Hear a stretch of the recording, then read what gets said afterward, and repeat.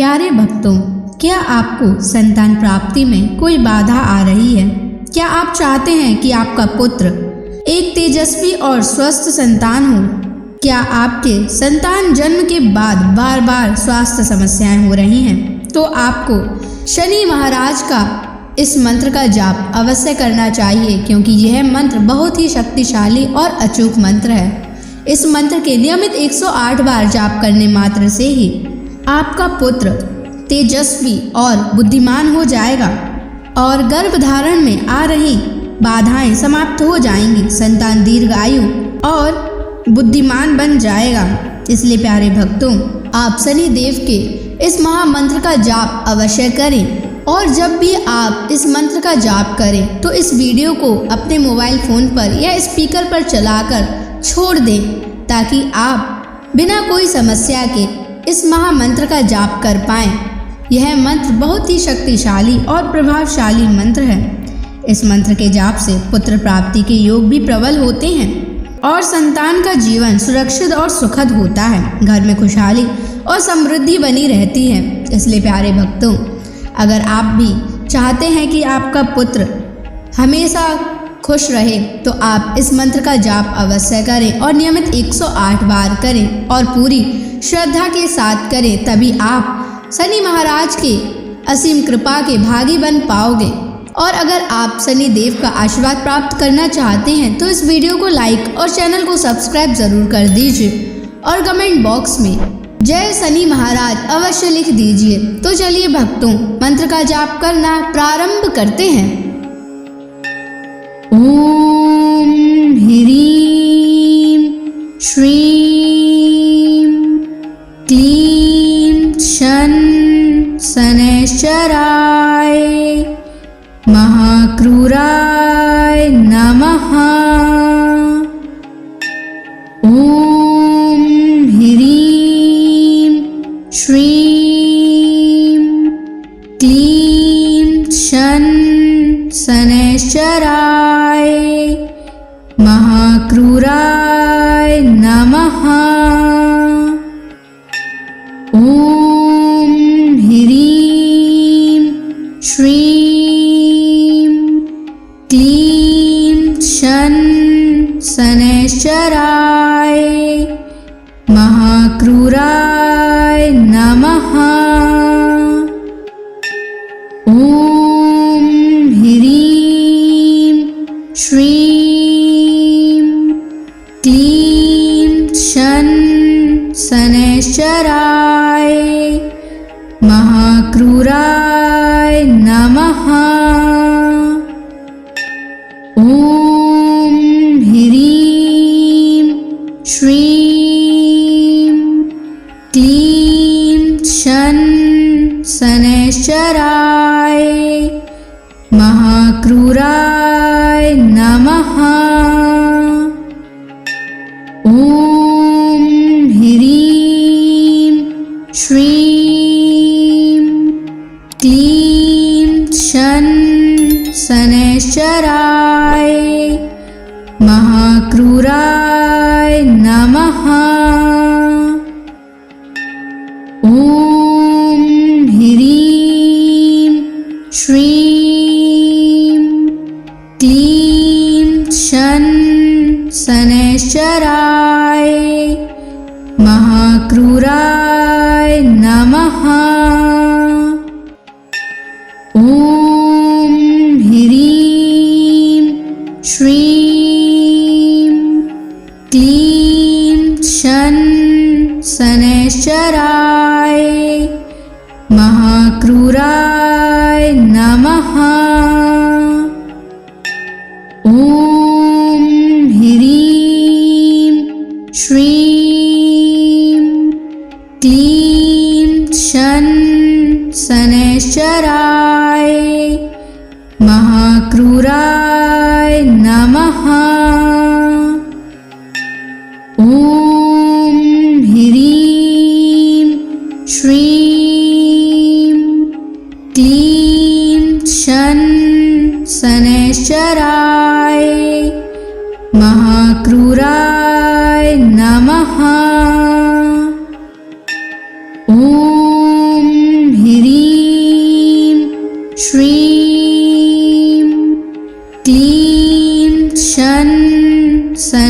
शनैश्चराय महाक्रूराय नमः।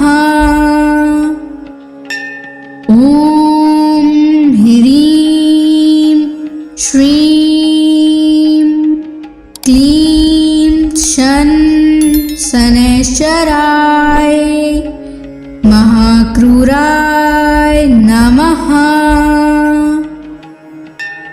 ॐ ह्रीं श्रीं क्लीं शनैश्चराय महाक्रूराय नमः।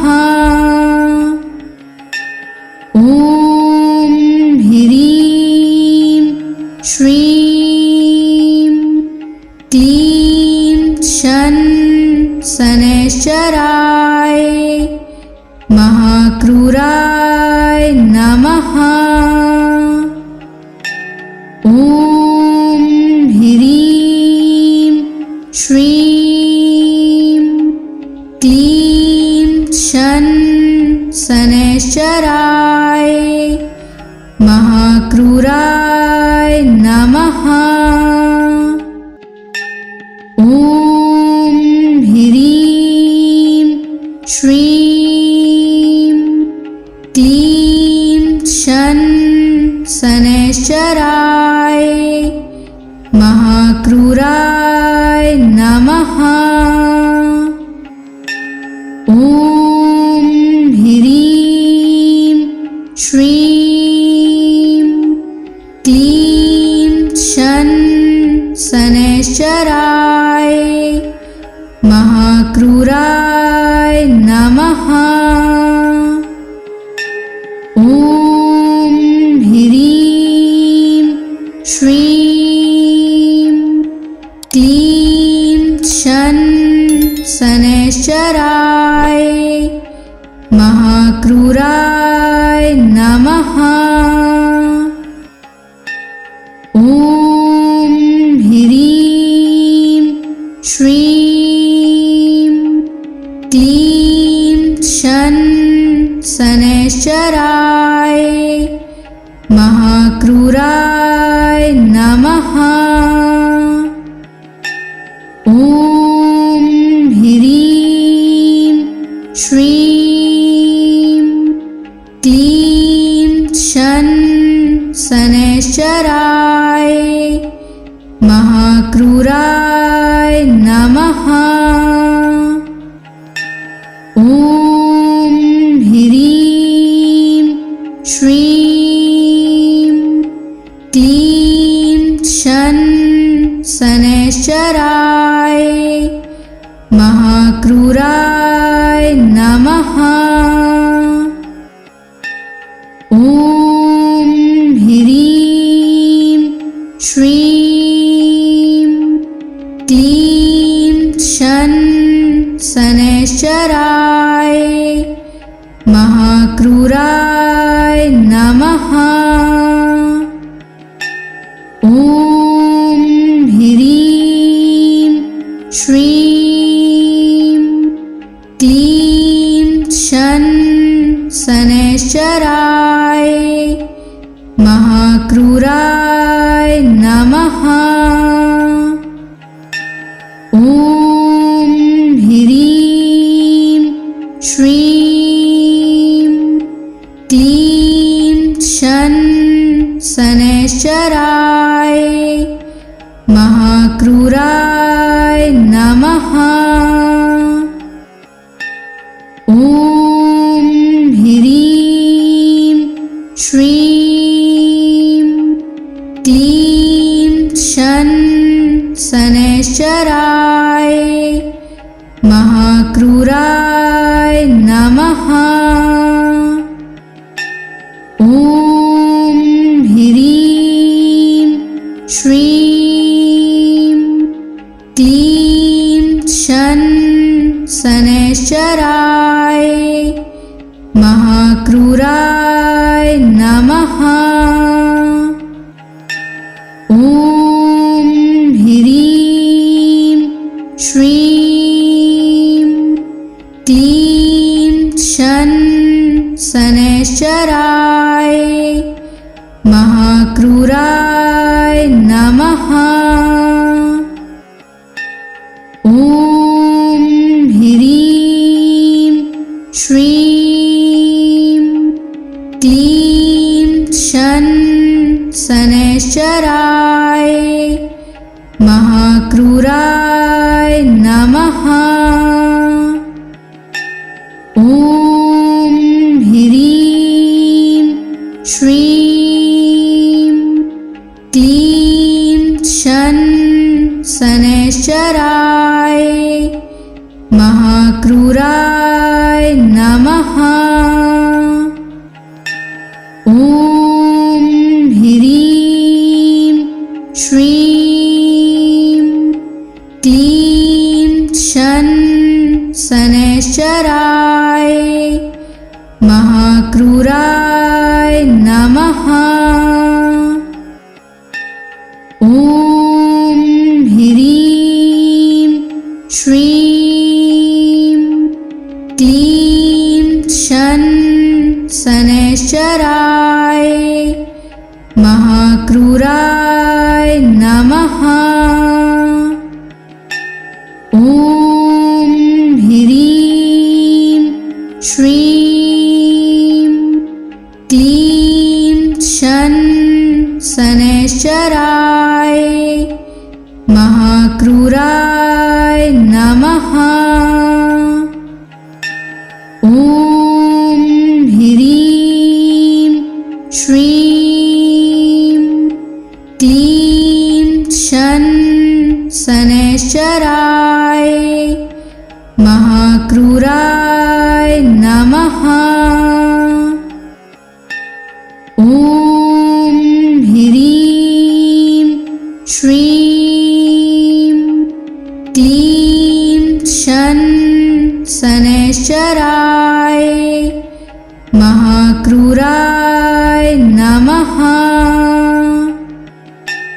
ॐ ह्रीं श्रीं क्लीं शन शनैश्चराय महाक्रूराय नमः। ॐ ह्रीं श्रीं क्लीं शन शनैश्चराय महाक्रूराय नमः। ॐ ह्रीं श्रीं क्लीं शन शनैश्चराय महाक्रूराय नमः। ॐ ह्रीं श्रीं क्लीं शन शनैश्चराय महाक्रूराय नमः। ॐ ह्रीं श्रीं क्लीं शन शनैश्चराय महाक्रूराय नमः। ॐ ह्रीं श्रीं क्लीं शन शनैश्चराय महाक्रूराय नमः। ॐ ह्रीं श्रीं क्लीं शन शनैश्चराय महाक्रूराय नमः। ॐ ह्रीं श्रीं क्लीं शन शनैश्चराय महाक्रूराय नमः। ॐ ह्रीं श्रीं क्लीं शन शनैश्चराय महाक्रूराय नमः। ॐ ह्रीं श्रीं क्लीं शनैश्चराय महाक्रूराय नमः। ॐ ह्रीं श्रीं क्लीं शनैश्चराय महाक्रूराय नमः। ॐ ह्रीं श्रीं क्लीं शनैश्चराय महाक्रूराय नमः। ॐ ह्रीं श्रीं क्लीं शनैश्चराय महाक्रूराय नमः। ॐ ह्रीं श्रीं क्लीं शनैश्चराय महाक्रूराय नमः।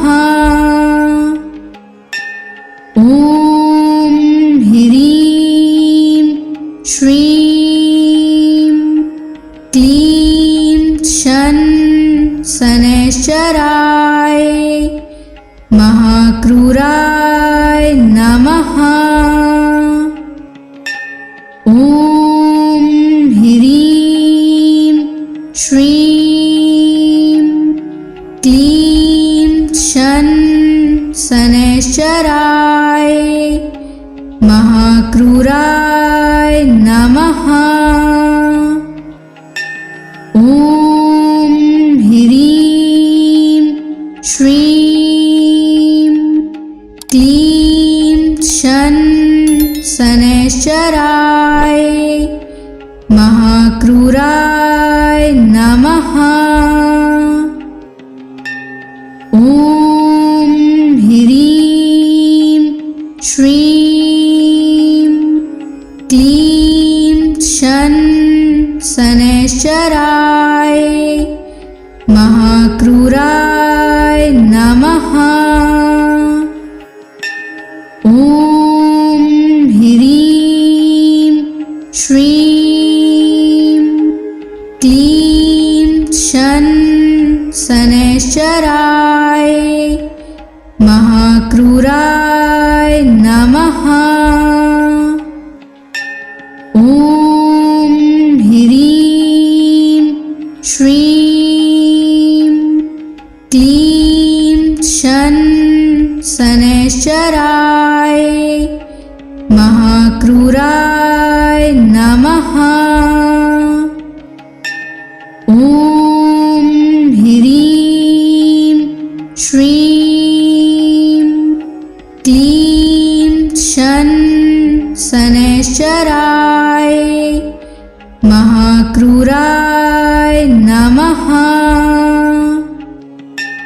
ॐ ह्रीं श्रीं क्लीं शनैश्चराय महाक्रूराय नमः।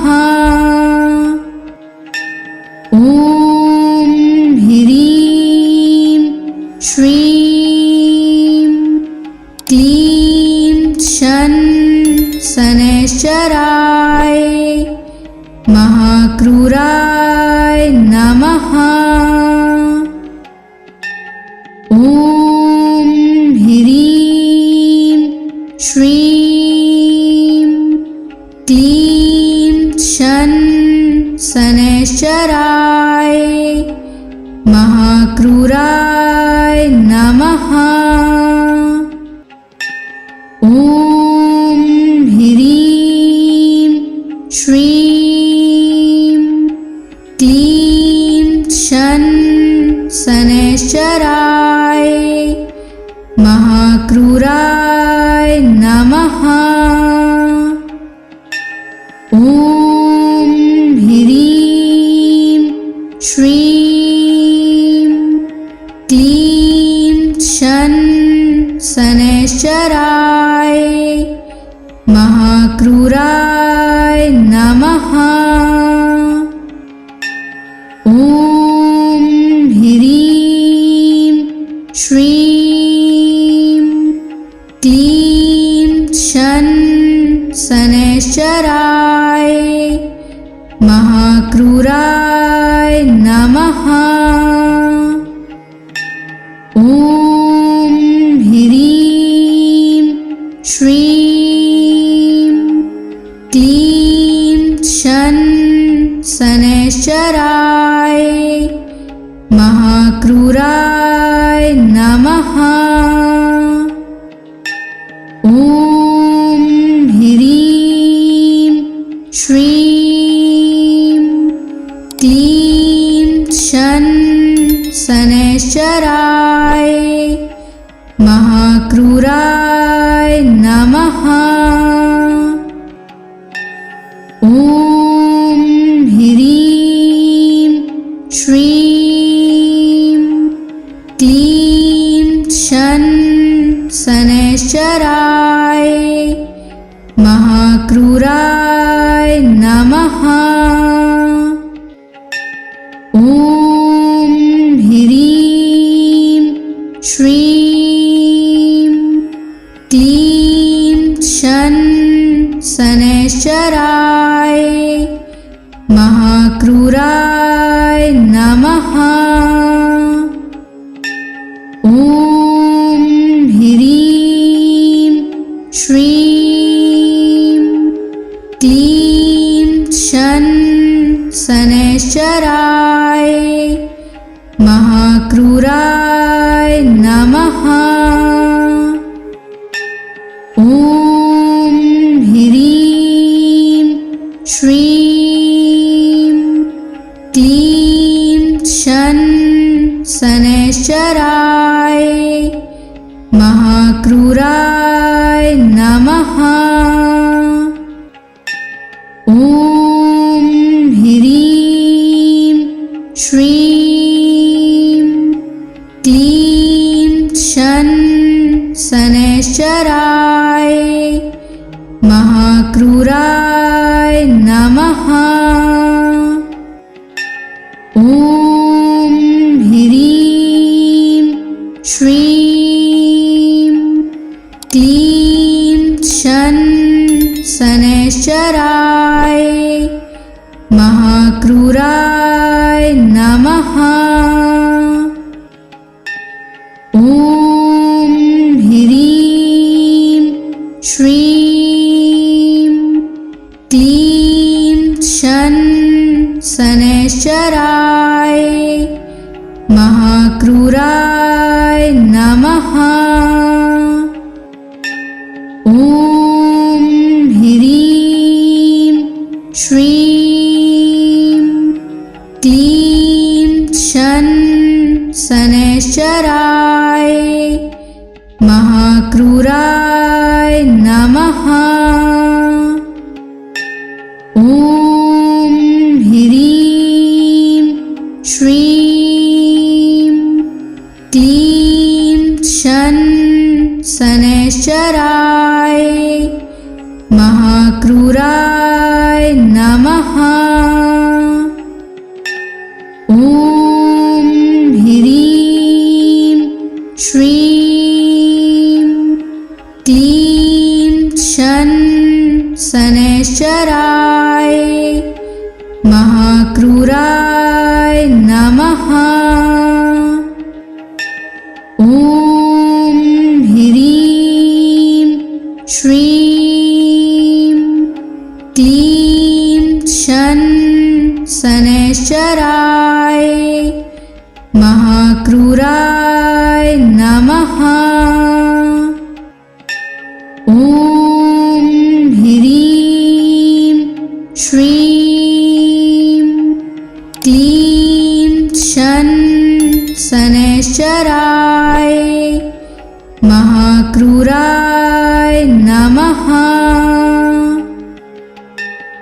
ॐ ह्रीं श्रीं क्लीं शन शनैश्चराय महाक्रूराय नमः। ॐ ह्रीं श्रीं क्लीं शन शनैश्चराय महाक्रूराय नमः।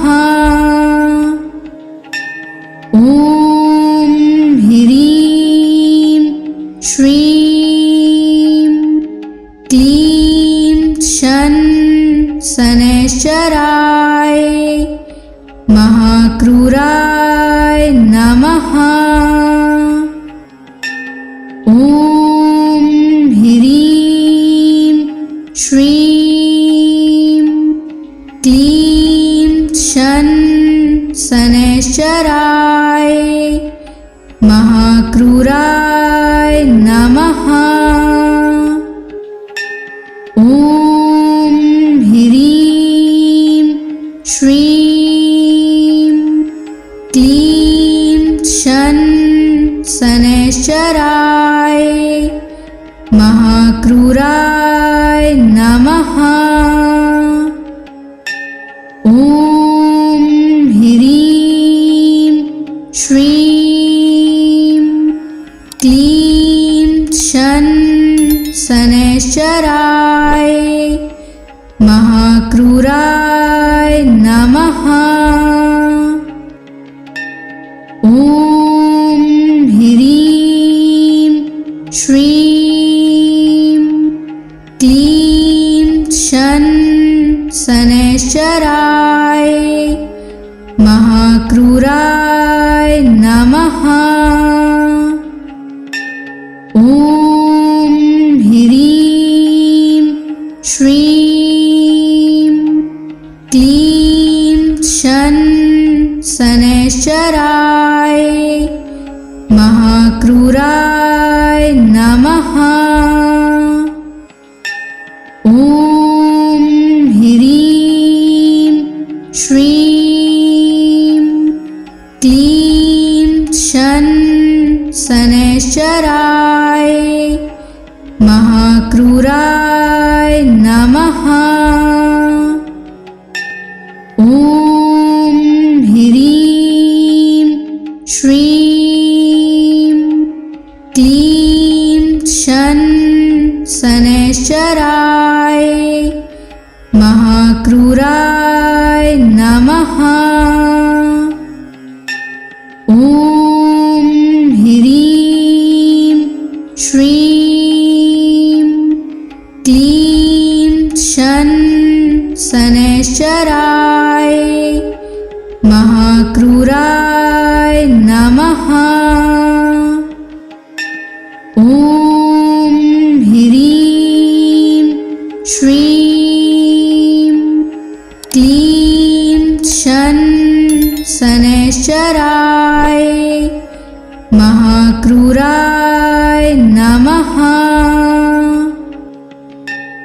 ॐ ह्रीं श्रीं क्लीं शन शनैश्चराय महाक्रूराय नमः। ॐ ह्रीं श्रीं क्लीं शन शनैश्चराय महाक्रूराय नमः। ॐ ह्रीं श्रीं क्लीं शन शनैश्चराय महाक्रूराय नमः। ॐ ह्रीं श्रीं क्लीं शन शनैश्चराय महाक्रूराय नमः। ॐ ह्रीं श्रीं क्लीं शन शनैश्चराय महाक्रूराय नमः। ॐ ह्रीं श्रीं क्लीं शन शनैश्चराय महाक्रूराय नमः। ॐ ह्रीं श्रीं क्लीं शन शनैश्चराय महाक्रूराय नमः। ॐ ह्रीं श्रीं क्लीं शन शनैश्चराय महाक्रूराय नमः। ॐ ह्रीं श्रीं क्लीं शन शनैश्चराय महाक्रूराय नमः। ॐ ह्रीं श्रीं क्लीं शन शनैश्चराय महाक्रूराय नमः। ॐ ह्रीं श्रीं क्लीं शन शनैश्चराय महाक्रूराय नमः। ॐ ह्रीं श्रीं क्लीं शन शनैश्चराय महाक्रूराय नमः। ॐ ह्रीं श्रीं क्लीं शन शनैश्चराय महाक्रूराय नमः। ॐ ह्रीं श्रीं क्लीं शन शनैश्चराय महाक्रूराय नमः। ॐ ह्रीं श्रीं क्लीं शन शनैश्चराय महाक्रूराय नमः।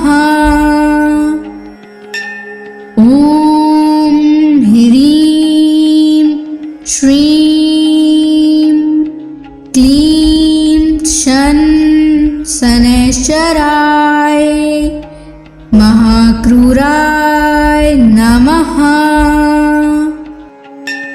ॐ ह्रीं श्रीं क्लीं शन शनैश्चराय महाक्रूराय नमः। ॐ ह्रीं श्रीं क्लीं शन शनैश्चराय महाक्रूराय नमः। ॐ ह्रीं श्रीं क्लीं शन शनैश्चराय महाक्रूराय नमः। ॐ ह्रीं श्रीं क्लीं शन शनैश्चराय महाक्रूराय नमः। ॐ ह्रीं श्रीं क्लीं शन शनैश्चराय महाक्रूराय नमः। ॐ ह्रीं श्रीं क्लीं शन शनैश्चराय महाक्रूराय नमः। ॐ ह्रीं श्रीं क्लीं शन शनैश्चराय महाक्रूराय नमः। ॐ ह्रीं श्रीं क्लीं शन शनैश्चराय महाक्रूराय नमः। ॐ ह्रीं श्रीं क्लीं शन शनैश्चराय महाक्रूराय नमः।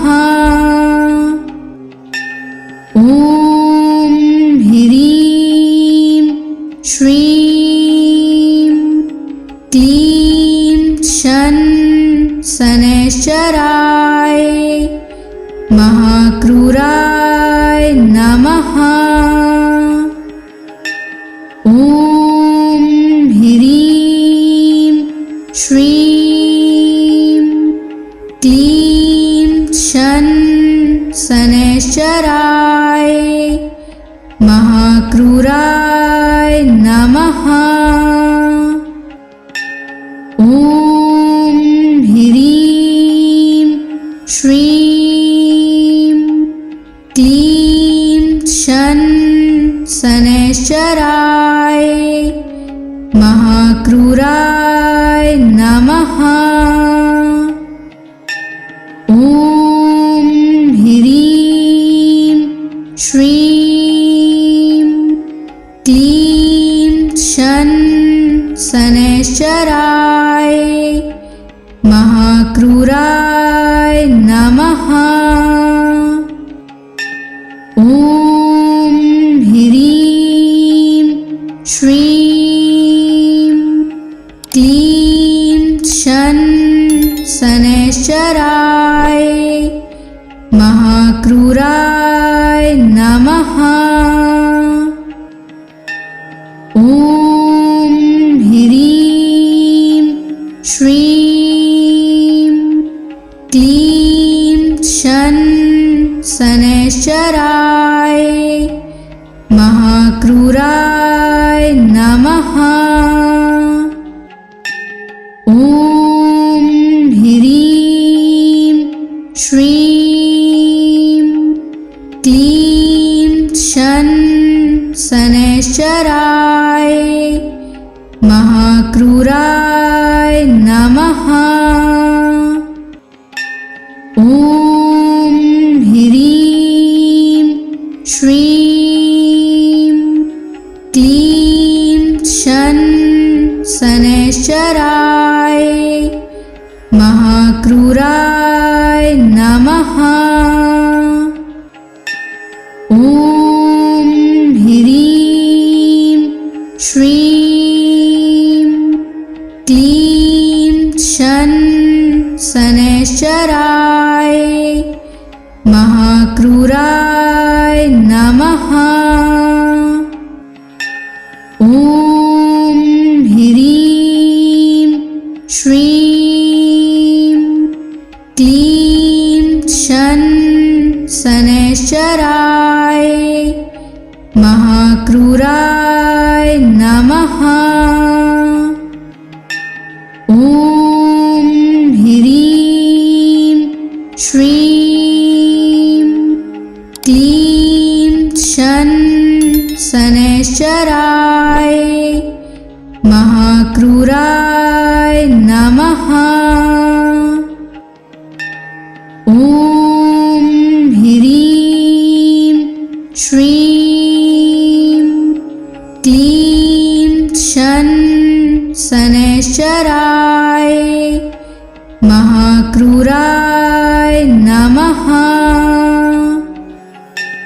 ॐ ह्रीं श्रीं क्लीं शन शनैश्चराय महाक्रूराय नमः। ॐ ह्रीं श्रीं क्लीं शन शनैश्चराय महाक्रूराय नमः। ॐ ह्रीं श्रीं क्लीं शन शनैश्चराय महाक्रूराय नमः। ॐ ह्रीं श्रीं क्लीं शन शनैश्चराय महाक्रूराय नमः। ॐ ह्रीं श्रीं क्लीं शन शनैश्चराय महाक्रूराय नमः।